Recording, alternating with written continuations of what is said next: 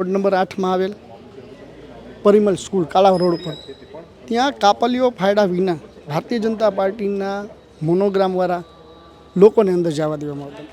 અમારા બૂથ એજન્ટે જ્યારે એને રજૂઆત કરી પણ એને રજૂઆતે ધ્યાને ન લીધી.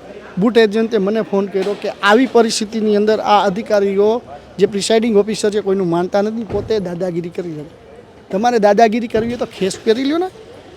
વગર ખેસે ભારતીય જનતા પાર્ટીનો તમે પ્રચાર કરી રહ્યા છો, લોકોને મૂર્ખ બનાવી રહ્યા છો.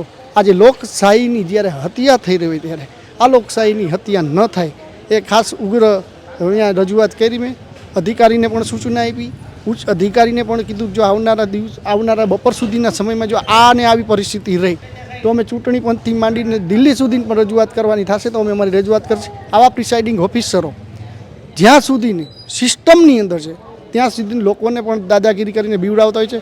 આપણે બૂથની બહાર 100 મીટરની અંદર તમે ખેસ કે ઝંડો નથી મારી શકતા તો બૂથ અંદર આ કઈ રીતે તમે કાપલી લઈ જઈ શકો છો એ આપણી નજર સમક્ષ છે. રજૂઆત કરી છે, ત્યારબાદ પોલીસને પણ ઉગ્ર રજૂઆત કરતાં પોલીસે બહાર કાપલી ફાળવાની કામગીરી અત્યારે ચાલુ કરેલ છે.